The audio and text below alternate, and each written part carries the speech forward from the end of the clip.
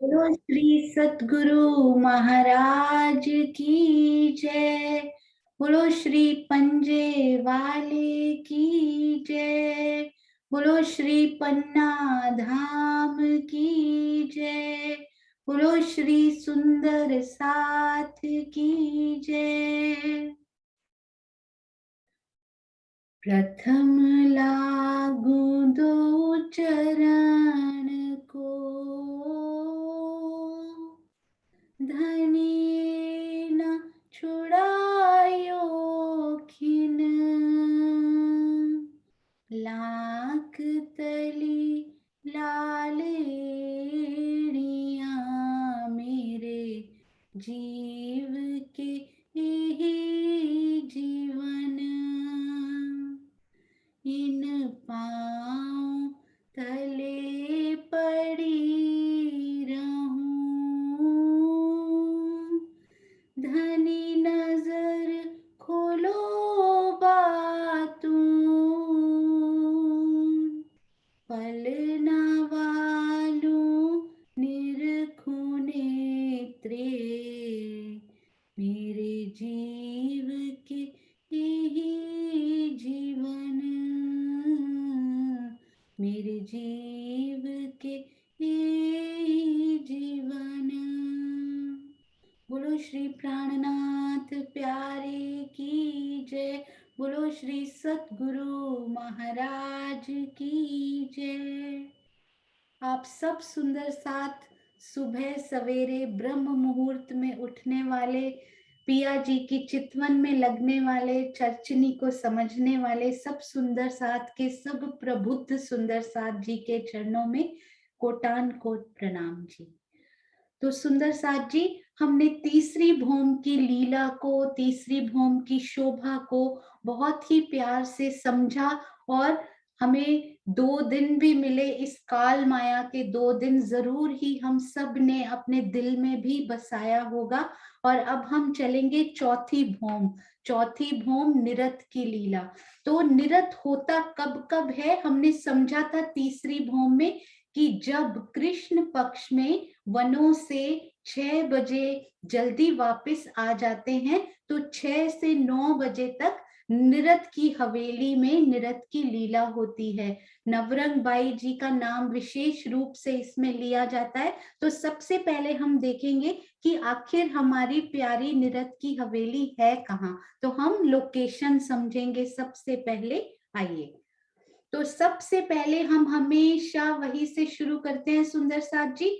100 सीढ़ियां चढ़ के हम धाम चौक में आते हैं। ये देखिए, धाम चौक में आते हैं, आसपास चबूतरे होते हैं। धाम दरवाजे के मंदिर का पहले पूर्व का दरवाजा पार करते हैं, मंदिर में प्रवेश करते हैं। पश्चिम का दरवाजा पार करके एक गली, फिर 28 स्तंभ का चौक, और फिर एक गली, और फिर हमारी रसोई की हवेली, अति सुंदर रसोई की हवेली। और उसके बाद ये देखिए, हम हमेशा, हमें सीढ़ियों का मंदिर तो कभी भूलना ही नहीं चाहिए। विशेष तौर पर इस सीढ़ियों के मंदिर को श्री मुखवाणी में भी बताया गया है।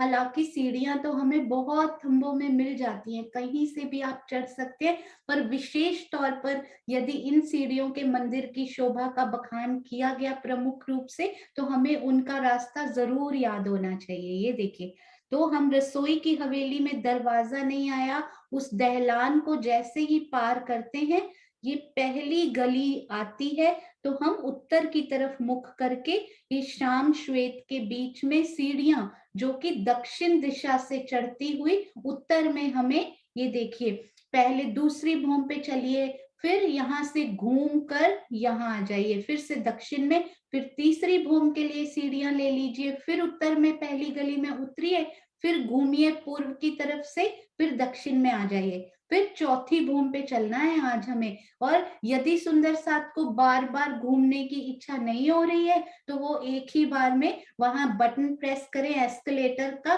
तो धनी डायरेक्ट आपको चौथी भूमि में, यदि आप चाहें तो डायरेक्ट चौथी भूमि की उसी हवेली में लैंड होंगे, यदि आपके मन में आ रहा है तो आपने घबराना नहीं है। यदि रास्ता नहीं याद होता कोई बात नहीं, पहली बार में शोभा को समझिए, फिर धीरे धीरे रास्ता भी मन में बस जाएगा। तो हम तीसरी भूम में जैसे ही हम इस गली में निकले, फिर से हम घूमे, दक्षिण की तरफ से हमने सीढ़ियां ली और फिर हम चौथी भूम में यहाँ पर आकर इस जगह पर आकर हम लैंड हो गए। तो अब चौथी भूम में ये हवेली कहाँ पर है और कौन सी हवेली है, ये मैं आपको बताना चाहूंगी। ये देखिए, हाँ जी, तो आप यहाँ खड़े हैं। अब मैं थोड़ा सा जूम करती हूँ ताकि हमें और अच्छे से समझ में आए। तो पहली भूम में तो रसोई की हवेली थी ना, तो उसके यहाँ दहलान आया करती थी। पर चौथी भूम में तो ये नॉर्मल हवेली है। चारों तरफ देखिए 4 दरवाजे, 24-24 मेहराबे और चबूतरे भी हमें दिखाई दे रहे हैं। तो यहाँ से हम कहाँ निकले थे, ये था यहाँ शाम श्वेत के बीच में ये सीढ़ियों का मंदिर है ना। सीढ़ियों पे मंदिर से हम पहली गली में निकले थे, ये वाली गली में। तो इस गली से ही आप बीच वाली गली में यदि आ जाएंगे ना, तो आपको चबूतरों के ऊपर भी चढ़ना नहीं पड़ेगा। पर यदि आप इसी गली में से भी जाना चाहते हैं, ये बीच में चबूतरे आएंगे, काफी आपको दिखाई दे रहे हैं ना ये। तो हालांकि यदि आप बीच वाली, आप थोड़ा सा आगे चले, ये बीच वाली गली में आ गए, क्योंकि आपको याद है ना, 2 हवेलियों के बीच में 2 थंबों की हारें और 3 गलियां होती हैं। तो आप ये मध्य वाली गली पकड़ लीजिए। यहाँ सिर्फ मेहराबे थंबे दिखाई देते हुए, ये आपको याद है क्या होता था सुंदर साथ जी, चबूतरा यहाँ भी मिलेगा। यहाँ तो 2-2 मिलेंगे, यहाँ केवल एक चबूतरा, जहाँ 4 चौरस हवेलियों के कोने मिलते थे।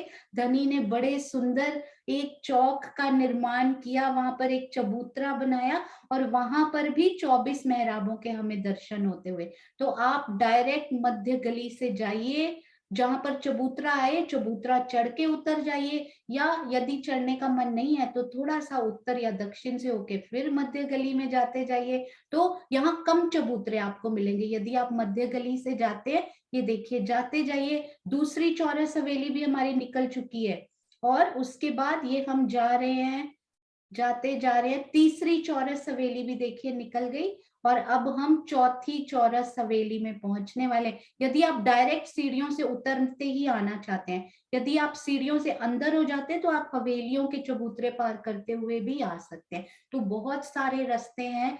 तो हमने डायरेक्ट ये रास्ता लिया मध्य की गली में।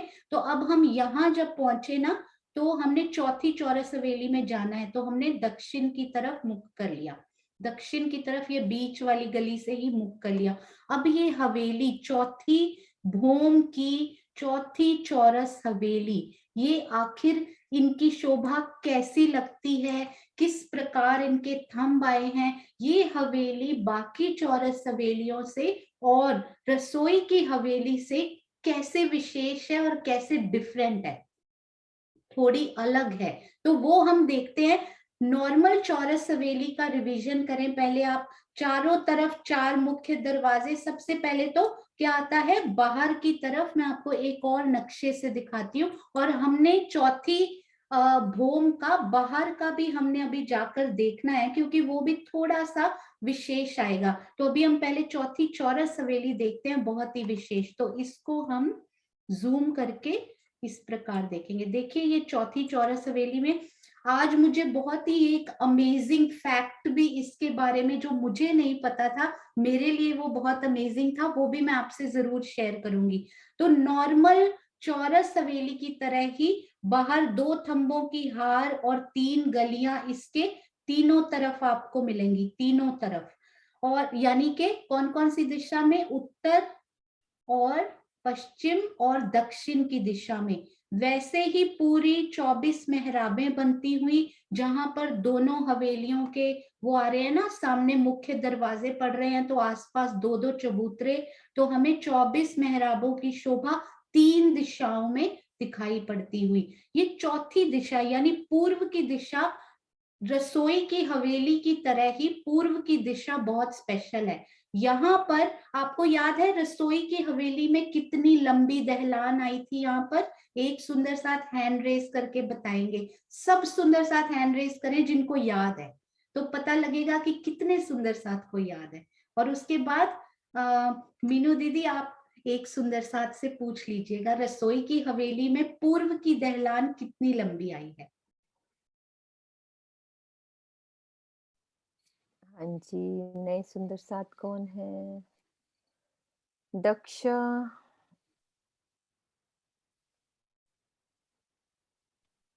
दक्ष शिप्रा। अपना कैमरा ऑन करना। दक्ष के नाम से कुछ आए हैं सुंदर साथ। दक्ष शिप्रा, सिदा, सिदाप्रा। हाँ, अनम्यूट करना। हाँ जी, कैमरा ऑन कर लो प्लीज।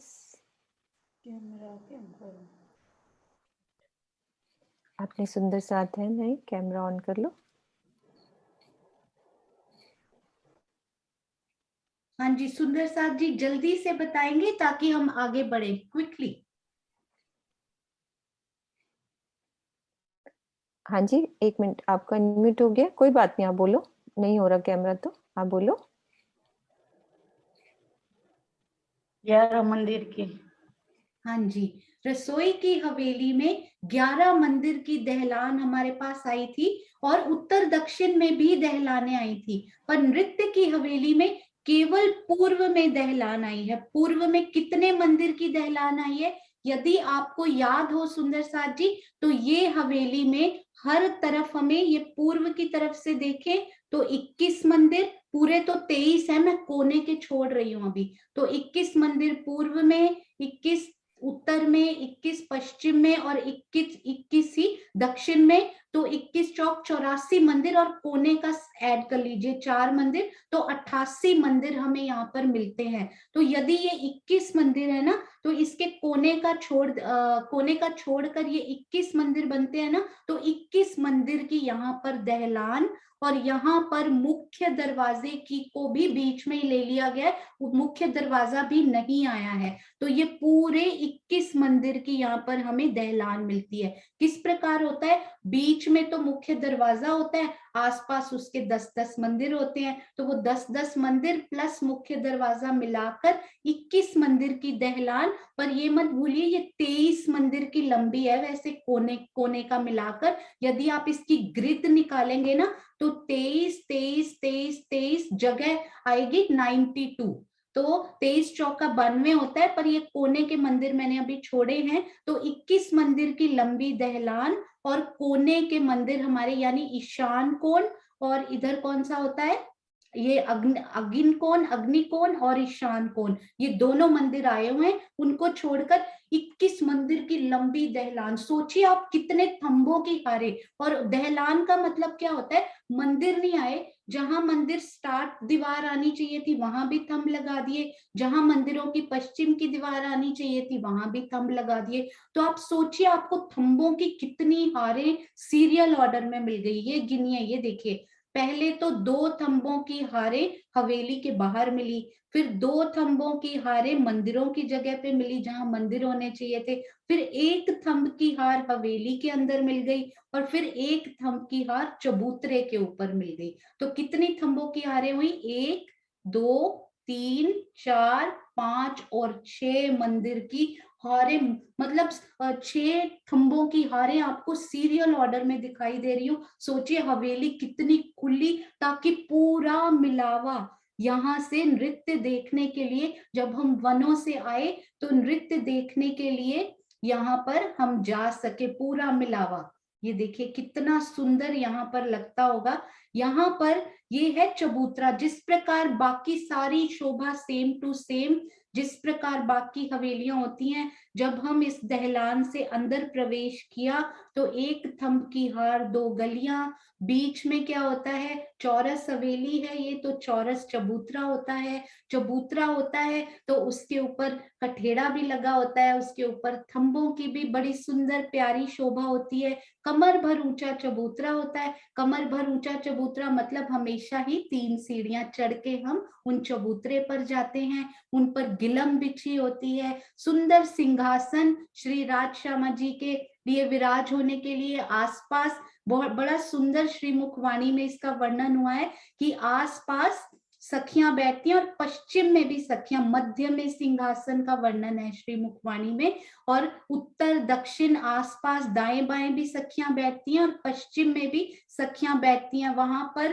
राजी श्यामा जी का सिंहासन आगे आने पर कोई व्यू नहीं रुकता है, क्योंकि वहां पर जो आपको राजी दर्शन जिस नृत्य का करवाना चाहते हैं, आपको पीछे बैठकर भी उसी नृत्य के ही दर्शन होते हैं। और ये पूरी जगह आगे पूर्व में कोई सखी नहीं बैठती, ये पूरी जगह नवरंग बाई और उनके जुट के नृत्य करने के लिए ये पूरी जगह यहाँ पर राजी महाराज ने दी। किस प्रकार से मृदंग बजते हैं, बाजे बजते हैं, किस प्रकार से घुंघरी बजती है, उसका अभी वर्णन होगा, हम सब बहुत प्यार से सुनेंगे। वो जो अमेजिंग फैक्ट मुझे आज सुबह थोड़ी सी कंफ्यूजन हुई, महाराज जी की वृत्त पढ़ी, श्री मुखवाणी से पता चला 24 मेहराबों की शोभा महाराज जी ने चारों तरफ बोली है।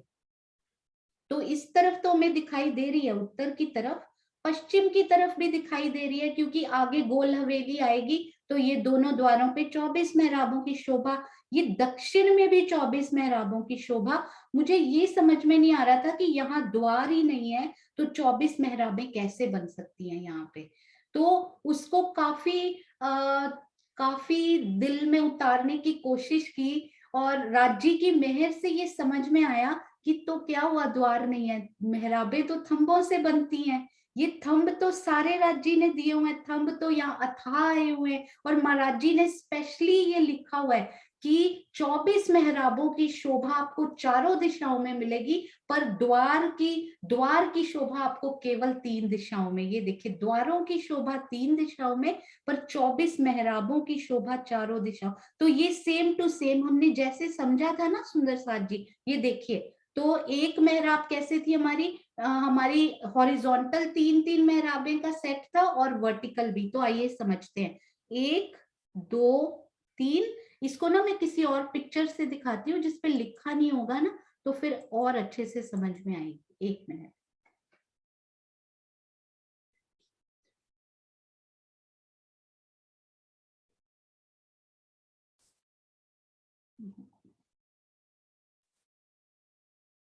हाँ जी, यहाँ से बहुत अच्छा हमें समझ में आ सकता है, क्योंकि बहुत क्लीन क्लियर बहुत प्यारा मैप। ये देखिए, 1, ये भी थंब है, 2 और ये 3, जिस प्रकार पहले बनते थे। तो मैं आपको एक बार ड्रॉ करके भी ट्राई करती हूँ और अच्छे से समझ में आएगा। तो ये 1 2 और 3, फिर 4 5 और 6 7 8 9 10 11 12, और फिर सेम ऐसे ही 13 14 15 16 17 18 19 20 21 22 23 24। तो वैसे के वैसे ही थंब हमारे पास अभी भी अवेलेबल है। तो पूरी 24 मेहराबें यहाँ भी वैसी की वैसी ही बनती हुई, हालांकि यहाँ वो 2 चबूतरों की शोभा और उस द्वार की शोभा नहीं आई है, फिर भी राज्य ने बड़ी सुंदर यहाँ इस मिलावे पर कितनी सुंदर 24 मेहराबों की फिर भी शोभा बनाई। बहुत अच्छा लगा ये अमेजिंग फैक्ट सुबह सुबह राज्य ने दिल में उतारा। बहुत प्रसन्नता हुई ये जानकर कि यहाँ भी कितनी प्यारी वो शोभा लगती होगी। तो सुंदर साथ जी, अब हम समझेंगे कि जो नवरंग बाई यहाँ पर नृत्य करती हैं और जो सखियां बाकी भी यहाँ पर गायन की लीला करती हैं, तो नवरंग बाई जी जो यहाँ नृत्य करती हैं, उन्होंने यहाँ पर क्या वैसा ही वस्त्र पहने हुए हैं जैसे कि श्यामा जी या सखियों ने, हमने जब मूल मिलावे का वर्णन हुआ था तो किस प्रकार के वहां पे वस्त्रों का वर्णन आया था, क्या वो सेम टू सेम है या फिर वो थोड़े से यहाँ पर डिफरेंट आए हुए हैं। तो यहाँ पर नवरंग बाई जी ने श्याम रंग की साड़ी पहनी हुई है। श्याम रंग की साड़ी में नृत्य करते हुए वो कितनी प्यारी दिखाई देती होंगी, उसको आप कोशिश कीजिएगा, उसको आप जरूर अपने मन में बसाने का प्रयास कीजिए। श्याम रंग की साड़ी पहने हुए नवरंग बाई जी आम रस यानी पीले लिबोई कलर नींबू के रंग का उन्होंने ब्लाउज या कंचुकी पहनी हुई। आम रस बहुत ही प्यारा होता है, मैंगो कलर का उन्होंने ब्लाउज पहना हुआ, हरे रंग की इजार, और उसके ऊपर 5 पट्टे यानी 5 कलियों वाली चरनियां पहनी हुई। कितनी सुंदर लगती होगी, क्योंकि घूमते हुए जब वो 5 कलियां घूमती होंगी तो कितनी सुंदर, नीचे से इजार के भी हरे रंग के दर्शन होते हुए। और सुंदर साथ जी, एक यहाँ और बड़ी विशेष शोभा है इस हवेली की, ये देखिए इस हवेली में स्पेशली ये थंबों के रंग आप देखिए कितने सुंदर, यहाँ थंबों के रंग आए हुए हैं, ये देखिए। तो इस हवेली में ये है पूर्व की तरफ, पूर्व की तरफ नीला रंग करके लिखा है, और नीले को काफी बार हरे रंग की उसमें झलकार आती हुई, क्योंकि नीले को गुजराती में हरा भी कहते हैं। तो ऐसे जैसे कि आप ऊपर की पिक्चर में देख पा रहे हैं ना, ये कि जो ये इधर वाले मंदिर है ना, ये तीसरी हवेली के पश्चिम वाले मंदिर हरे रंग की झलकार करते हुए प्रतीत होते हैं। तो यहाँ के थंब भी हरे रंग के रूप में उनकी झलकार, ये 6 थंबों सोनू, की झलकारें हैं। हाँ जी, हाँ, थोड़ा-सा नक्शा थोड़ा देर से आ रहा था, आपका एरो नीचे चल रहा था। ओके। हाँ। तो ये देखिए, ये हरे रंगों की झलकार यहाँ होते हुए, और सारे थंब और चबूतरे पर भी ये देखिए हरे रंग की झलकार यहाँ पर जाते हुए। और ये है पूर्व दिशा, पूर्व दिशा की तीसरी चौरस हवेली के पश्चिम के जो मंदिर हैं वो हरे रंग की नीले रंग की मिक्स्ड आभा देते हुए, ताकि ये सारी दहलान और 6 जो है रोज हैं जो थंबों की, वो पूरा ग्रीन कलर और ब्लू मिक्स हमें देते हुए। और इधर देखिए पुखराज याद करने के लिए उत्तर की तरफ हमारे पास पुखराज पहाड़ है, तो पुखराज पहाड़ मतलब येलो कलर में। तो उत्तर की तरफ ये सारे मंदिर सब कुछ हमें पीले रंग में यानी पुखराज के कलर में दिखाई देते हुए, ये सारे मंदिर, उसके बाद थंबों की हार, उसके बाद चबूतरे पर भी ये देखिए ये झलकार जाती हुई। और उसके बाद ये देखिए, ये कौन सी दिशा है? पश्चिम दिशा। पश्चिम दिशा में हीरे रंग यानी नूर के कलर के, ये सुंदर साथ उस दिन एक सहूर जब चल रहा था तो एक सुंदर साथ ने बड़ा प्यारा उसमें बोला था कि ये नूर के रंग को किस तरह से हम याद करें कि यहाँ नूर का, हीरे का रंग आया हुआ है। तो हीरे का रंग बड़ा सुंदर सुंदर साथ ने सुझाया कि पीछे जो है ना पश्चिम दिशा में वहां पे नूर बाग आया हुआ है। तो पश्चिम दिशा में नूर बाग अपना व्हाइट कलर नूर का देता हुआ, तो इस प्रकार ऐसा लगता है। तो इसको याद करने के लिए हम इस प्रकार याद कर सकते हैं कि हीरा रंग, हीरे रंग के ही मंदिर, हीरे रंग की ही मेहराबें, हीरे रंग की ही यहाँ पर सब ये थंब, और चबूतरे पर भी ये देखिए हीरे रंग की झलकार पड़ती हुई व्हाइट कलर की। और ये देखिए इधर है दक्षिण, दक्षिण में मानिक पहाड़ है, तो मानिक कलर के ही रेड कलर के ये सारा कुछ हमें इसकी झलकार यानी मंदिर, थंब और चबूतरे पर भी उसकी झलकार आते हुए। तो इसको आप यदि मन में नीले में बसाना चाहें तो नीले में भी बसा सकते हैं, और हरे हरे और नीले दोनों की झलकार यहाँ पर मिलती है। और ये देखिए ऊपर गिलम कितना प्यारा, उस पर भी कितना सुंदर फूल, और यहाँ पर सिंहासन रखा हुआ राजी का कितना सुंदर लगता होगा। एक हमने और शोभा बड़ी ही प्यारी समझी थी, वो मैं आपको जरूर बताना चाहूंगी। एक,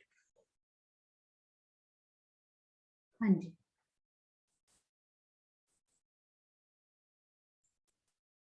ये देखिए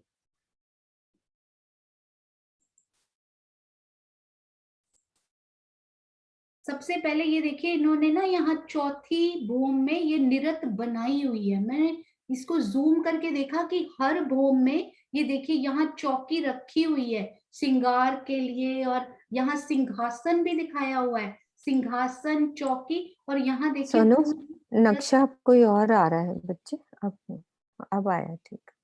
हाँ जी। तो ये देखिए ये निरत की भी पूरी हवेली कितनी सुंदर, एक एक भूम की ना इन्होंने रंगपर वाली मंदिर भी इस नक्शे में बहुत ही सुंदर उसको दिखाने के लिए कि किस भूम की क्या स्पेशलिटी आई है, बड़ा सुंदर ये दिखाया हुआ है। और ये देखिए ये चौथी भूम के पूर्व का छज्जा भी हम करेंगे।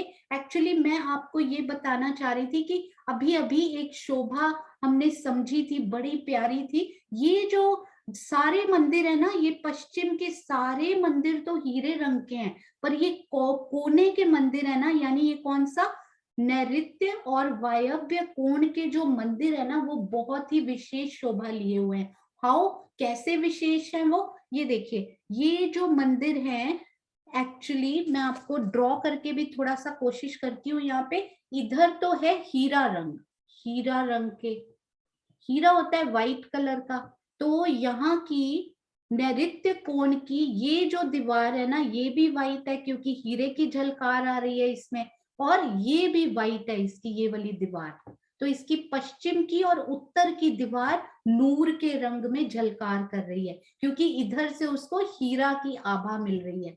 और इसी में यदि आप इस तरफ जाएं, यानी कि दक्षिण तरफ यहाँ पर, और ये थोड़ा दिखाई नहीं दे रहा होगा, मैं इसको थोड़ा सा ये कलर करती हूँ आपको समझ में आए तक।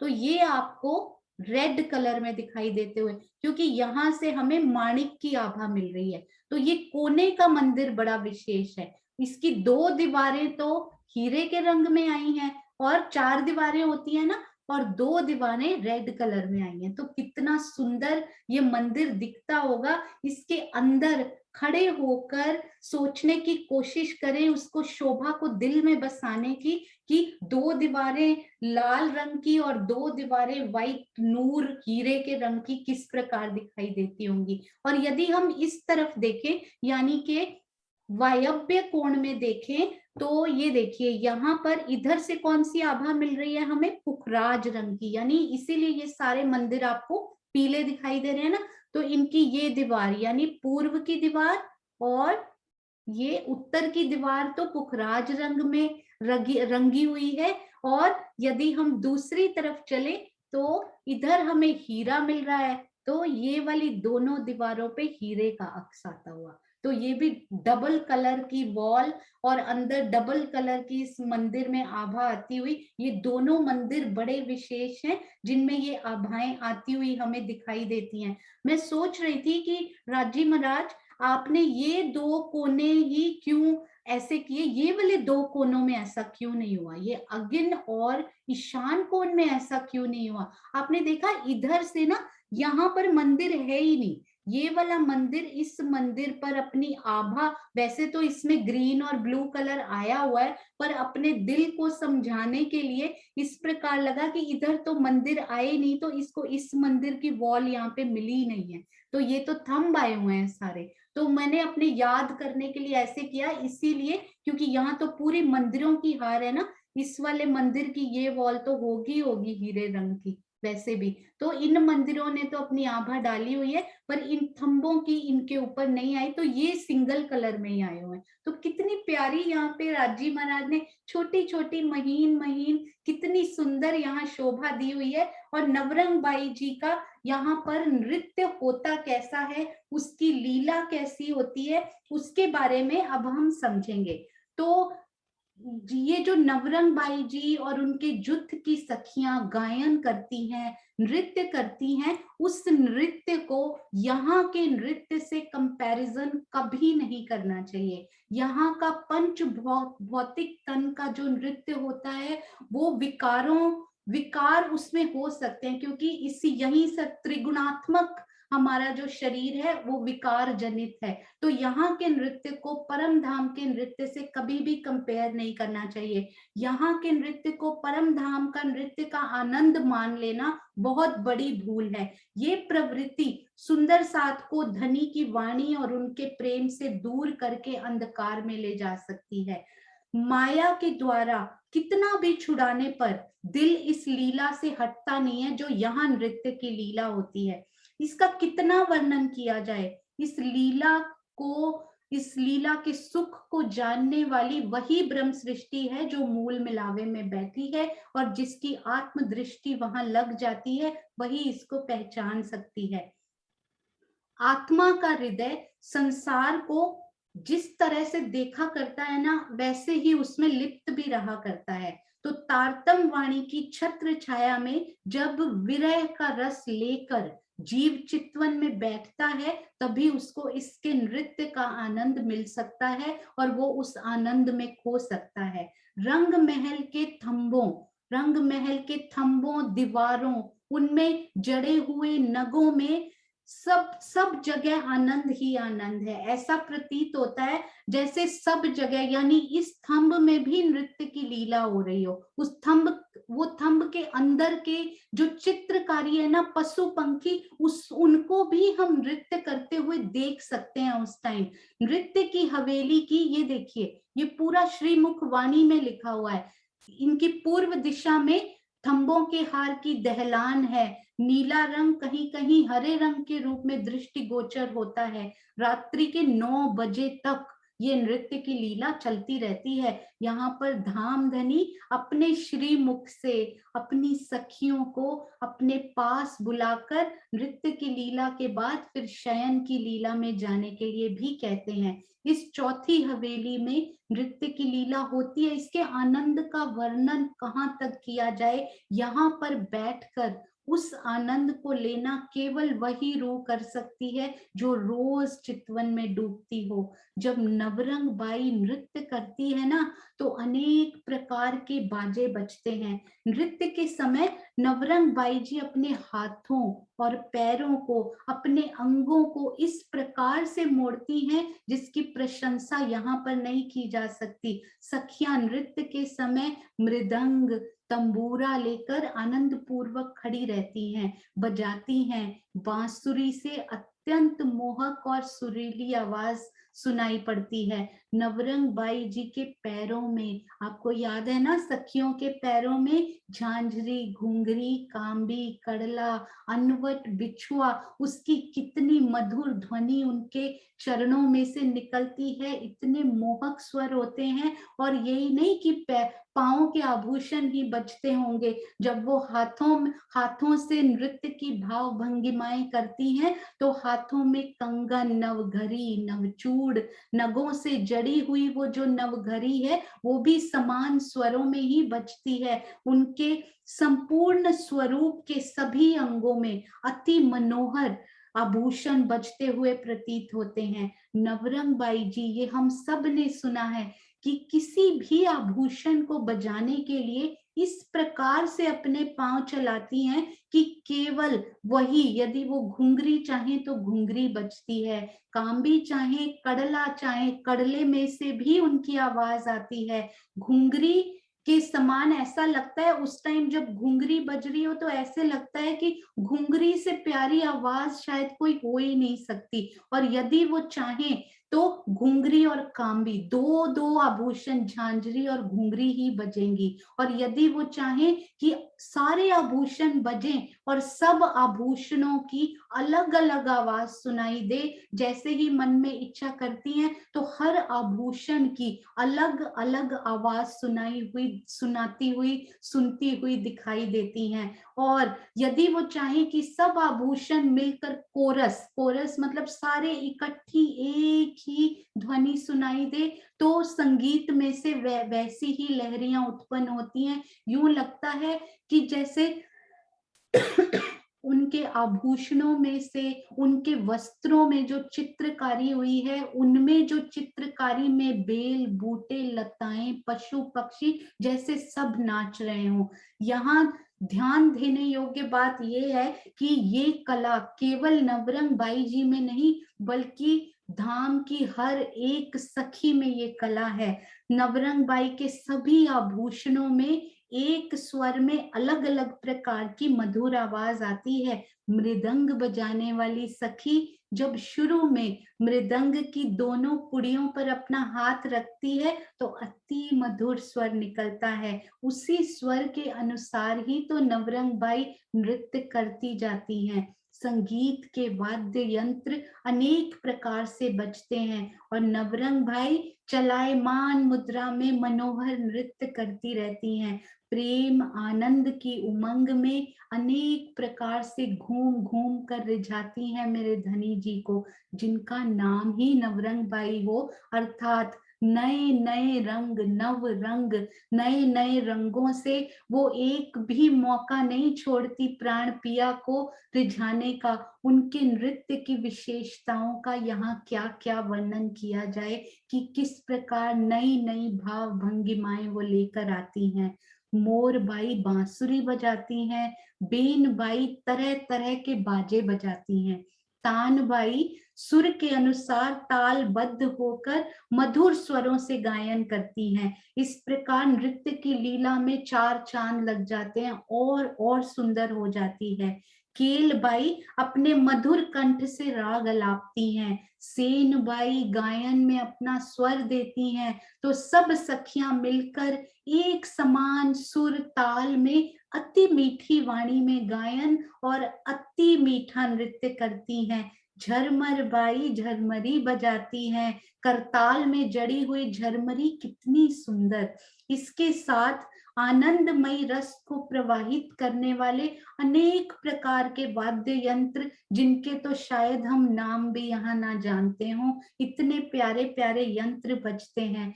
नवरंग बाई के नृत्य में उसके समय अन्य सखियां भी नृत्य करने के लिए खड़ी रहती हैं, कई बार उनका साथ भी देती हैं। प्रेम और आनंद की उमंग से भरकर कभी वो अकेली तो कभी इस पूरे जुट के साथ मिलकर नूरी ज्वारातों की दीवारों, थंबों, छतों में लगे हुए पशु पंखी भी इस नृत्य की लीला में उनका साथ देते हैं। स्पष्ट दिखाई देता है कि पूरा परम धाम इस नृत्य की लीला में सराबोर हो गया हो। सभी तो चेतन स्वरूप हैं। यहाँ इस दुनिया में बैठकर यदि हम दूर दूर होने वाले सारे कार्यक्रमों को घर बैठे देख सकते हैं, तो जिस प्रकार हम अभी घर में बैठे हुए इस जूम के कार्यक्रम का आनंद ले पा रहे हैं, तो परम धाम में उस नृत्य की लीला से भला कोई वंचित रहता होगा? कण कण तो चेतन है, उस नृत्य की लीला को देखता है, निहारता है और आनंद में झूम जाता है। तो इसमें कई बार ये संशय मन में आता होगा कि ये जो नृत्य की लीला होती है, पूरा परम धाम 25 पक्ष उस आनंद की लीला में खो गया है, तो क्या अक्षर ब्रह्म को इस आनंद की लीला का, इस नृत्य की लीला से अनभिज्ञ रहते हैं? क्या उनको इस बात का पता नहीं लगता होगा कि इतनी प्यारी लीला आज हो रही है? इसके समाधान में श्री मुखवाणी में यदि आप परिक्रमा ग्रंथ में श्री टीका पढ़ेंगे तो जरूर इस प्रकरण को आप जरूर मंथन कीजिएगा। बहुत सुंदर उसमें लिखा है कि लीला की क्रिया के अनुसार या अपने स्वभाव, ग्रहण स्वभाव के अनुकूल ही हम जिस प्रकार की लीला होती है उसको ग्रहण करते हैं। जिस प्रकार यदि कोई कहानी सुनाई जा रही हो या फिर आप कोई कहीं देखने गए हो, कोई मूवी, कोई नाटक देखने गए हो, विरह रस का प्रसंग आता है तो भावुक व्यक्ति रोने लगता है, पर दूसरे किसी व्यक्ति पर कोई फर्क नहीं पड़ता। शुष्क हृदय वाले लोग भाव शून्य बने रहते हैं। या दूसरा एग्जाम्पल इसका क्या दिया गया है कि एक व्यक्ति, उसके अंदर प्रेम की धारा है, पर पत्नी के लिए वो प्रेम अलग है, पुत्री के लिए वो प्रेम अलग है, माँ के लिए वो प्रेम अलग है, तो उस प्रेम की ही अलग अलग उसकी अवस्थाएं हैं कि दोनों अवस्थाओं के भावों में अंतर होता है। इसी प्रकार अक्षर और अक्षरातीत एक ही स्वरूप हैं, परंतु स्वभाव और लीला अलग अलग हैं। तो अक्षर ब्रह्म का स्वभाव सत्य है, इसलिए लीला भी सत्य की करेंगे। अक्षरातीत चिद्घन स्वरूप होने से प्रेम और आनंद की लीला करते हैं। जब तक अक्षर ब्रह्म के स्वरूप और स्वभाव में मेराज की तरह प्रेम का प्रवेश नहीं होता, तब तक वो परम धाम में रह कर भी प्रेम लीला का रसपान नहीं कर सकते और ना ही प्रेम लीला को कर सकते हैं। श्रीमुख वाणी में ये दिया गया है, टीका में इस तथ्य को नवरंग वाणी से बहुत अच्छे से समझा जा सकता है। याते भोगी भोग के लखे स्वाद सब रंग, ना लखे भोग भोगी याके स्वाद रस तरंग। और रंग महल की दीवारों और थंबों और मंदिरों के आमने सामने जो पशु पक्षी चित्रकारी में एक दूसरे को देख पा रहे हैं ना, वो भी एक दूसरे की नजरों में नजरें डालकर, आंखों में आंखें डालकर वो भी नवरंग बाई जी जैसे ही नृत्य का आनंद ले रहे हैं और नृत्य कर भी रहे हैं। तो साथ जी परम धाम में विद्यमान अपनी परात्म का श्रृंगार सजकर यदि आत्मिक दृष्टि से हम इस नृत्य लीला का आनंद लेने का प्रयास करेंगे तो कैसे श्री राजी महाराज हमें वो आनंद नहीं देंगे। इस हवेली में 6 से 9 बजे तक 3 घंटे यानी पूरा एक प्रहर नृत्य की ही लीला होती है। शुक्ल पक्ष में तो हम इस टाइम वनों में रहते हैं, पर कृष्ण पक्ष में हम इस समय नृत्य की लीला आकर देखते हैं। अपने प्रियतम को रिझाने के लिए अनेक प्रकार से किया हुआ जो नृत्य है, उससे नजर हटकर इस माया में कहाँ इंटरेस्ट आएगा, इस माया में रुचि हटती जाएगी यदि हम एक बार उस नृत्य का एक भी अंश यदि पा लें, तो इस माया में हमारा दिल नहीं लगेगा। सुंदर सुंदर साथ जी, परम धाम की लीला में इतने रहस्य हैं, इतना प्यार है, इतना प्रेम है।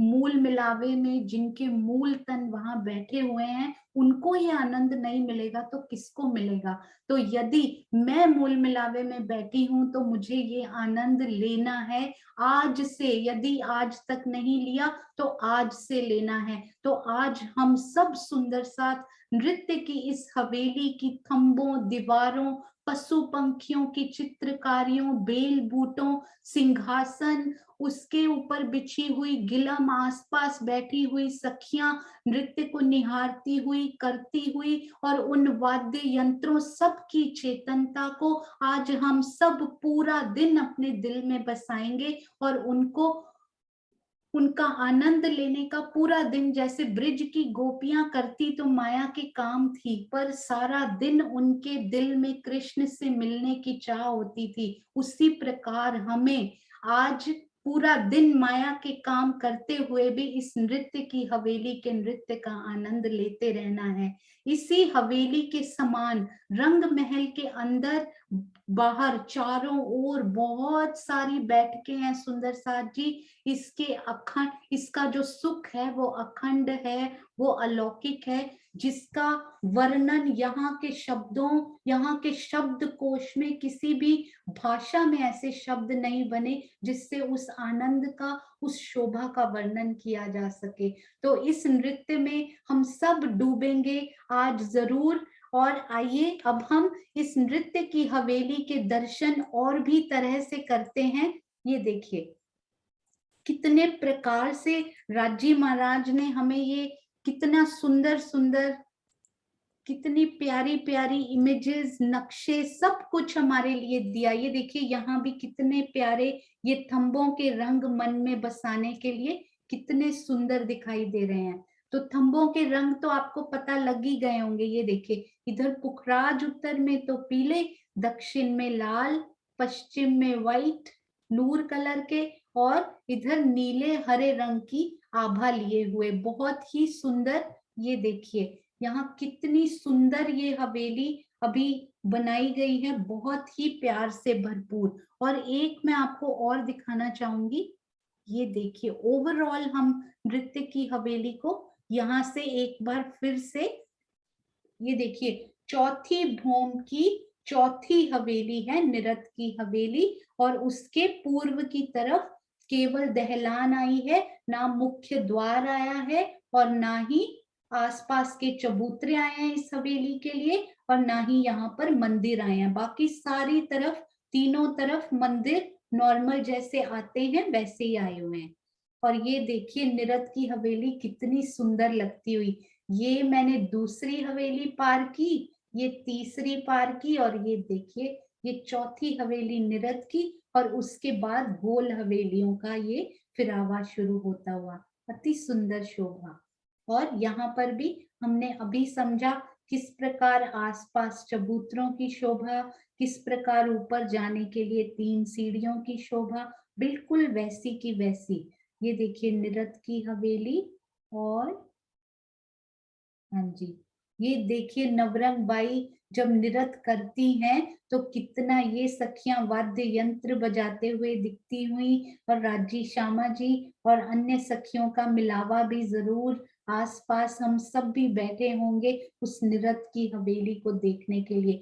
कितने रंगों की उस पर झलकार पड़ती होगी, चारों तरफ से तो रंगों की झलकार पड़ ही रही है, पर एक एक रंग में अनेक तरंगे, अनेक किरणें। यहाँ पर जब आप नृत्य की लीला कभी देखते हैं ना, तो कितने प्रकार की, ये देखिए यहाँ लाइट्स पड़ती हैं, तो वहां पर सोचिए कितने इंद्रधनुषी रंग वहां फैलते होंगे जब इस नृत्य की लीला होती होगी।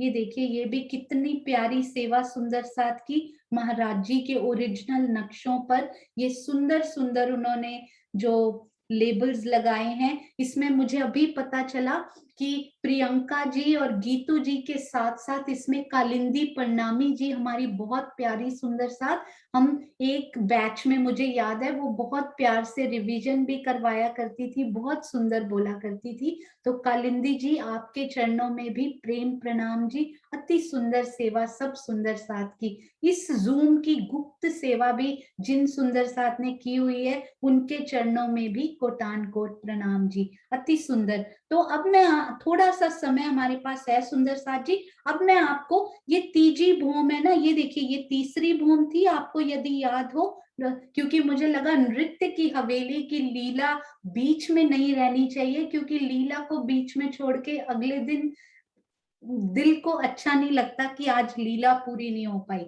तो ये देखिए, ये हमने देखा था तीसरी भूम, जहां पर यहाँ पर दहलान और चबूतरा आया था, याद है ना। तो चौथी भूम से लेकर 8वीं भूम तक अब हमें सेम टू सेम शोभा ये बाहर के 10 मंदिर के विशेष हास की हमें मिलती है। तो इनमें कोई डिफरेंस नहीं आएगा। एक तो पूरा ये 10 मंदिर का लंबा और 2 मंदिर का आगे, इसको आप बड़ा झरोखा बोलिए, झरोखे बोलिए, छज्जा बोलिए, आप इनको कुछ भी आगे बोल सकते। पहले तो ये पहली 2 भूमों तक तो ये बीच में चौक था, एक भूम में आसपास 4-4 मंदिर के लंबे थे। दूसरी भूम में ये सामने शोभा थी, यहाँ पर बीच में कुछ नहीं था। धाम दरवाजे को अपार अनंत बहुत विशाल भव्य शोभा देने के लिए केवल 4-4 मंदिर के आसपास ये चबूतरे थे। तीसरी में ये पूरा मिलके 10 मंदिर का लंबा हो गया था जगह यहाँ पे। और यहाँ पर एक विशेष थी कि यहाँ पर हमारे पास दहलान आ गई थी, है ना। पर चौथी मंदिर में ये चौथी भूम में ये पूरा मिल तो गया है, पर पीछे कोई दहलान नहीं। चौथी से 8वीं तक ये शोभा बिल्कुल सेम टू सेम ऐसी ही रहेगी, अति सुंदर शोभा ये। और ये देखिए पीछे के मंदिर भी, ये पीछे के मंदिर आपको दिखाई दे रहे हैं ना, ये बिल्कुल वैसे ही मंदिर जैसे हमें यहाँ पर मिलते हैं। ये धाम दरवाजे के ऊपर वाले मंदिर सारे विशेष रहेंगे, ये डबल है हमारे यहाँ पे ना, हमें यहाँ पे डबल साइज में, क्योंकि ये 2 मंदिर का लंबा और 1 मंदिर का चौड़ा होता है। तो ये भी देखिए 2 मंदिर का लंबा और 1 मंदिर का, यहाँ पर आई होप कि ये सही है, पर मैं इसको कंफर्म करके आपको बताऊंगी, क्योंकि धाम दरवाजे का मंदिर हमें डबल ही मिलता है। और एक चीज और सुंदर साथ जी, ये देखिए पहली भूम में धाम रौस जो थी वो 1 मंदिर की चौड़ी थी, और हम चबूतरे से 1 सीढ़ी नीचे उतर के उस पे जाते थे। इसको रिवाइज करते चलिए। दूसरी भूम में धाम रौस नहीं कहेंगे, अब हम छज्जा कहना शुरू करते हैं इसको। ये छज्जा जो है वो 33 हाथ का चौड़ा, और जब हम चबूतरे से, इस चबूतरे से या उससे उस छज्जे पर जब हम जाते हैं तो हमें 3 सीढ़ी यानी कमर भर नीचे उतरना पड़ता है। और ये बात ऊपर की सारी भूमों के लिए ट्रू है। ये देखिए तीसरी भूम में भी जब हम छज्जे पर 33 हाथ के छज्जे पर उतरते हैं तो हमें कमर भर नीचे उतरना पड़ता है। तो चौथी में भी सेम होगा ना, ये देखिए तीसरी से 8वीं तक बिल्कुल सेम है, दूसरी से 8वीं तक ये। तो इसमें जब आप छज्जे पर उतरेंगे तो भी 3 सीढ़ी उतरना पड़ेगा। यदि आपको पीछे वाले मंदिर में जाना है, यहाँ पर जाना है, तो भी आपको 3 सीढ़ी नीचे उतरना पड़ेगा, क्योंकि ये हमारा ये जो हांस है ना, आप यही समझ लीजिए कि ये जो आगे निकला हुआ इसका छज्जा है ना, ये कमर भर ऊंचे हैं ये सारे। इसको चबूतरा समझिए या फिर इसको आप छज्जा बोलिए या बड़ा झरोखा बोलिए, ये 3 सीढ़ी ऊपर है। तो यदि आप अंदर से आ रहे हैं कि दूसरी भूमि में मैं यहाँ निकली थी, यहाँ पे इस झरोखे से आके मैंने आसपास की शोभा देखी थी, ये तीसरी भूमि में जब मैं यहाँ आई थी तो मुझे दहलान मिल गई थी। अब चौथी भूमि में जब मैं इस मंदिर के अंदर खड़ी हूँ और मुझे इस छज्जे पर आना है, यहाँ बाहर आना है, मुझे इस मेहराब के साथ लग के खड़े होना है यहाँ पे, तो मैं कैसे इस पे आऊंगी, इस चबूतरे के ऊपर किस प्रकार से आऊंगी? क्या मैं सीधी आ जाऊंगी? क्या मुझे 3 सीढ़ियां उतरना पड़ेगा या मुझे 3 सीढ़ियां चढ़ना पड़ेगा? क्योंकि ये चबूतरा है ना, चबूतरा मतलब ऊंचा, तो आप जब यहाँ से बाहर आएंगे ना तो आपको 3 सीढ़ी चढ़ के यहाँ आना पड़ेगा हमेशा। तो ये आप हमेशा याद रखिएगा कि ये जगह हमारी 3 सीढ़ी ऊपर है। ठीक है, तो आई होप कि सब सुंदर साथ को ये समझ में आई होगी। हमारी बहुत ही प्यारी सुंदर साथ सुरभि, आई थिंक वो आज होंगी, मैं इसमें चेक नहीं कर पाती हूँ। तो सुरभि हमें कल बहुत ही प्रेम से चौथी भूमि की जो शोभा है कि कहाँ किस प्रकार के थंब आए हैं, कहाँ दहलान आई है और गिलम कैसी आई है, अपनी मीठी वाणी से वो कल हमें रिवीजन कराएंगी सुरभि जी, सुरभि ग्रोवर, यूएस से सुंदर साथ। हाँ जी, और इसी प्रकार वेरी गुड, सुरभि जी आई हुई है, वेरी गुड बेटा, आप रोज जुड़ रहे हो, we are so proud of you. तो कल हम आपको प्रणाम जी। और मुझे पता है सुरभि आपका ध्यान क्यों आया इस शोभा में, हमने छोटी सी सुरभि को नृत्य की लीला करते हुए बहुत देखा हुआ है, इतना प्यारे आप रामते करते थे और गरबा डालते थे, इतना प्यारा प्यारा, तो ऐसे मन में आया कि सुरभि ही इसकी रिवीजन कराएं तो कितना प्यारा होगा। तो हम कल सुनेंगे आपसे।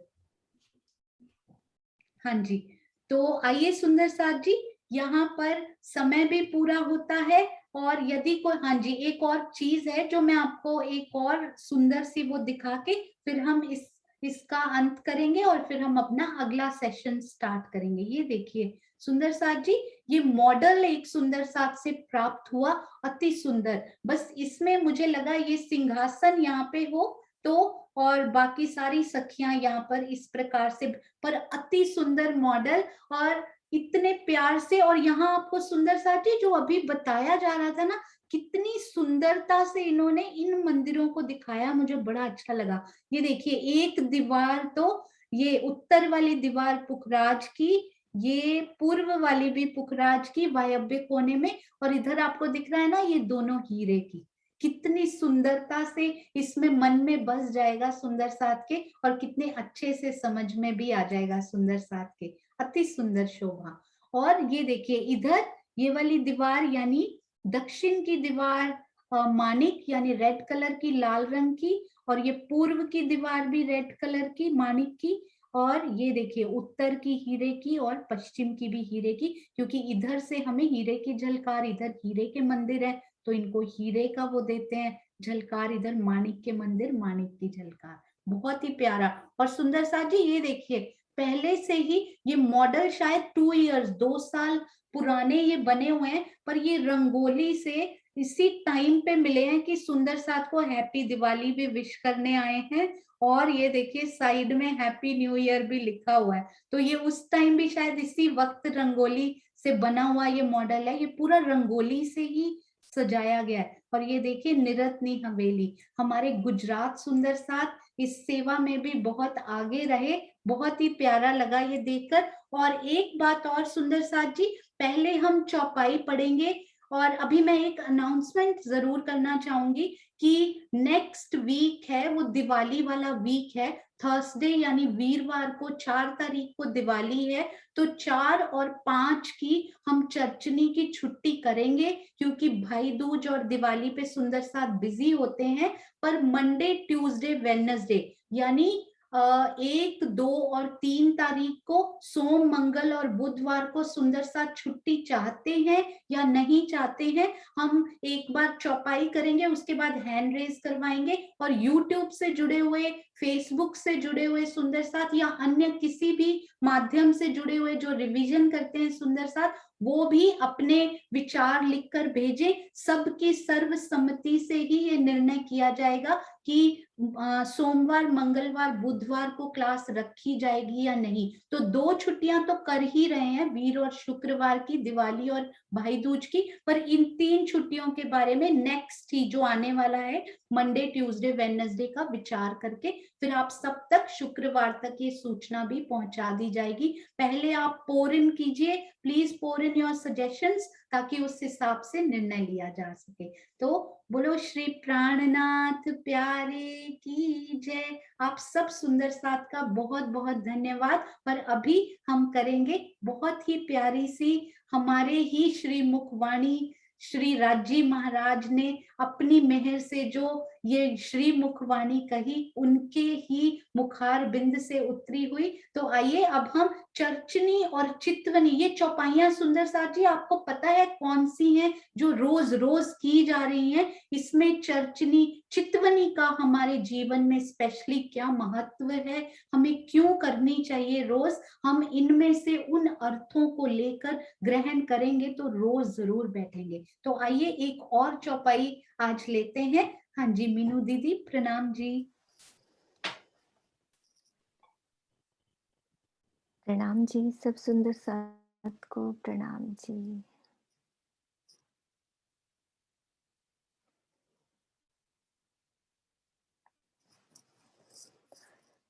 हाँ जी सुंदर साथ जी, किरण दीदी है तो वो कर लेंगी, मैंने चौपाई शेयर कर दी है, एक बार सरोज दीदी देख लो। किरण प्रणामी तो थी, मैंने किरण के नाम से आई थी, उनको तो कोर्स दिया हुआ था मैंने। हाँ जी है वो तो, लेकिन कैमरा ऑन नहीं है। किरण दीदी, ऑन कर लेंगी। किरण दीदी, हाँ जी किरण आंटी तो नहीं है शायद। नहीं वही वो किरण के नाम से वही आती है, मोबाइल से आती है ना इस टाइम। कोई बात नहीं, नहीं है, पढ़ते हैं। किरण दीदी है। हाँ जी सुंदर साथ जी, वाणी की चौपाई हमारी रास ग्रंथ की, श्री रास प्रकरण नंबर 1, चौपाई नंबर 80। चितवनी महिमा लघु ग्रंथ, एक ग्रंथ वहां से हमारे ग्रंथ श्री सिरसावा जहां से निकला है, उस ग्रंथ की एक चौपाई है, वैसे वाणी की चौपाई है। आपणु धनता एह छे, आपणु धनता एह छे, जे दिए छे आधार, रखे अदखिण तमे मूकता, वालो कहे छे वारंवार, वालो कहे छे वारंवार। हमारे जीवन के आधार अक्षरातीत ने, हमारे जीवन के आधार श्री अक्षरातीत ने 25 पक्षों की चितवनी का जो ज्ञान दिया है, तो ये हमारी रास ग्रंथ जो पहला ही ग्रंथ है, तो पहले ही ग्रंथ में हमारे 25 पक्षों की जो लिख दिया है वाणी में कि चितवनी का जो ज्ञान दिया है वह हमारी सर्वोपरि संपदा है, यानी कि हमारे जीवन की सबसे बड़ी संपदा। प्रीतम बारंबार ये बात कह रहे हैं, लिखा है ना, वालो कहे छे वारंवार, कि बार बार, जैसे कि जितने भी प्रोग्राम चल रहे हैं, कहीं पे भी चल रहे हैं, कहीं भी पूरे विश्व में जो वाणी के प्रोग्राम, हर सुंदर साथ के मुख से जो वाणी की बात, चितवन की बात, चचनी की बात चल रही है, तो राजी के द्वारा ही ये सब कहे जा रहे हैं वचन। प्रीतम बारंबार ये बात कह रहे हैं कि हे साथ जी, आधे पल के लिए भी रखे अधकिर्ण तमे मूकता, आधे पल के लिए भी चितवनी के सुख को ना छोड़ें। तो हमें राजी महाराज बड़े ही प्रेम से बता रहे हैं कि हमें आधे पल के लिए भी इस सुख को नहीं छोड़ना है। उपरोक्त चौपाई चितवनी की सर्वोपरि महत्ता को ही दर्शा रही है। यद्यपि ज्ञान तथा सेवा का भी महत्व है, ज्ञान और सेवा का भी महत्व है, लेकिन चितवनी का कोई विकल्प नहीं है।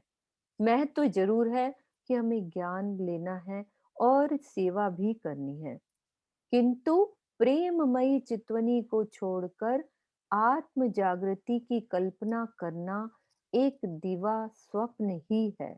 यदि हम चितवनी नहीं करेंगे तो हम सोचें कि हमारी आत्म जागृति हो जाएगी, तो ये एक स्वप्न के समान बात है। ये लिखा है इस चौपाई में। इसका अर्थ ये निकलता है कि हमें चितवनी, यदि चर्चनी कर रहे हैं तो उसके बाद चितवनी सबसे पहले करनी है, कि जो जो हम शोभा समझ रहे हैं तो वो हम अपने ध्यान में, अपने राज्य की शोभा में उस दिल को डुबोएं अच्छे से प्रेममयी चितवनी के द्वारा। तब हमारी आत्म जागृति संभव है। यानी कि आत्मा को जागृत करने का मात्र एक ही उपाय है, वो है चितवन, और कुछ नहीं। प्रणाम जी सुंदर साथ जी। और हमारे बीच एक नए सुंदर साथ सोनू, उसके लिए सूचना देंगी। हर्षिता हमारे सामने है।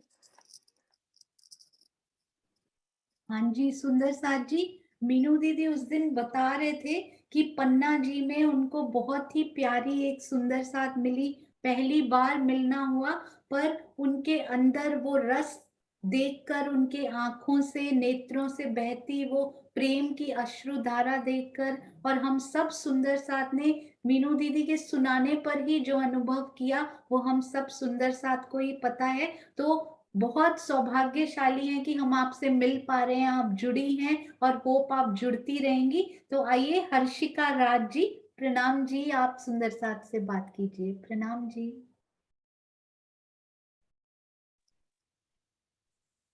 शिका आप अनम्यूट करो।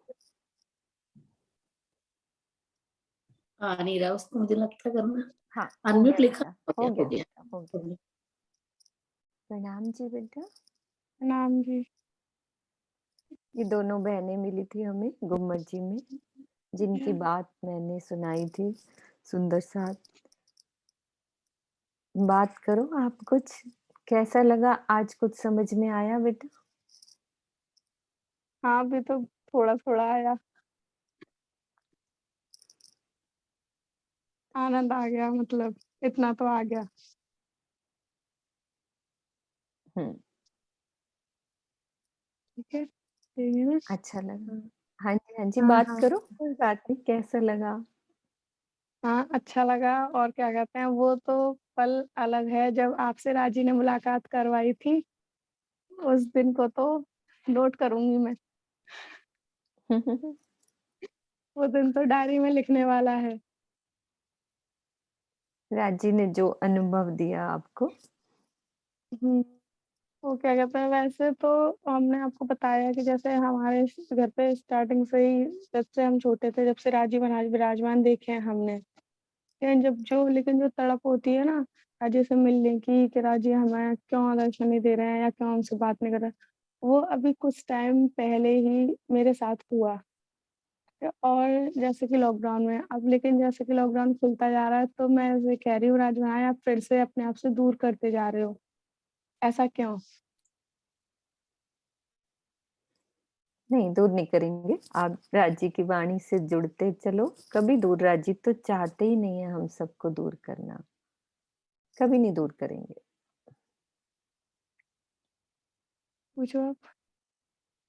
हाँ, मैं तो उठी ही नहीं, यही सो रही थी बगल में। अभी तुम्हें पता नहीं था ना, इससे बात हुई थी हमारी, है ना? नहीं, मैंने बताया था ना दीदी को। हाँ, मैं सुबह उठ नहीं पाती, मेरे सर में दर्द हो जाता है, ये मेरी बीमारी है। रात भर जग जाती हूँ, रात भर जगवा लो, लेकिन सुबह नहीं उठता। कोई बात नहीं, राजी सब लेकिन मैं कराएंगे। लेकिन मैं पूरी कोशिश करूंगी। हाँ, कोशिश करो पूरी कोशिश सुबह करूँ। उठ के बैठने की। राजी के लिए उठोगे कभी सर दर्द नहीं होएगा, उल्टा सारा दिन आपका अच्छा बीतेगा, है ना? कोशिश करूंगी। हाँ, सुंदर साथ जी, ये सुंदर साथ हमें मिले थे, ये राजी में लगे हुए हैं, सब शोभा जानते हैं चितवन के बारे में, थोड़ा बहुत इनको ज्ञान है। बता रही थी मेरे को कैसे कि इनको पहली भूम, दूसरी भूम, तीसरी भूम ऐसा शॉर्ट में पता है। लेकिन राजी का विरहा, जो इनको दर्द है कि मुझे राजी का दर्शन मिले, तो हम सब राज्य के साथ मिलेंगे, राज्य के साथ चितवन में ध्यान में राज्य का दीदार करेंगे। ऐसे सब सुंदर साथ की आशा है, सब मिलेंगे। ठीक है, जी प्रणाम धन्यवाद जी। प्रणाम जी प्रणाम जी। हाँ जी, सोनू आप ले लो। हाँ जी, प्रणाम जी सुंदर साथ जी। इसी प्रणाम प्रकार जी। हमें भी इसी प्रकार मोटी मोटी शोभा का ही पता था। लास्ट कुछ महीनों से ये लॉकडाउन के दौरान ही ये मीनू दीदी और फिर किरण दीदी, किरण आंटी, इन सब ने जो बैचेस चलाए, तो धीरे धीरे धीमे धीमे राजी ने हमें भी दिया। और राजी आपको बहुत, आप अभी जुड़े हो, मुझे तो लगता है कि जो जुड़ रहे हैं उनको राजी और तेजी तेजी से देते जा रहे हैं। तो अभी क्योंकि आखिरत का टाइम जितना पास आता जा रहा है, राजी महाराज उसी तीव्रता से इस जागने के काम को आगे बढ़ा रहे हैं। बहुत अच्छा लगा बेटा आपसे मिलके। ऐसे ही सब बच्चे, सब युवा, सब सब सुंदर साथ आगे आए, सीखें, सिखाएं। और सुंदर साथ जी केवल सीखे नहीं, अपने आसपास के सुंदर साथ जो नहीं आ पा रहे हैं इस कार्यक्रम में, कई बार नहीं जुड़ पाते हैं, यूट्यूब नहीं देख पाते हैं, तो आप अपने अपने मंदिर में, अपने अपने स्थान पे, अब जहां भी मिलावा होता है, चाहे 2 सखियां हो, 5 सखियां हो, वहां पर भी इस शोभा को हर सुंदर साथ में पसारा हो सब दिलों में, उसकी हम सब कोशिश करेंगे। इसी के साथ बहुत प्यारा सा राजी महाराज का एक जयकारा लगाएंगे और उसके बाद हम सब सुंदर साथ जाएंगे नहीं, हमें हैंड रेस करना है दिवाली की छुट्टियों के लिए। बोलो श्री प्राणनाथ प्यारे की जय, बोलो श्री सतगुरु महाराज की जय। हाँ जी, रिकॉर्डिंग रोक देते हैं।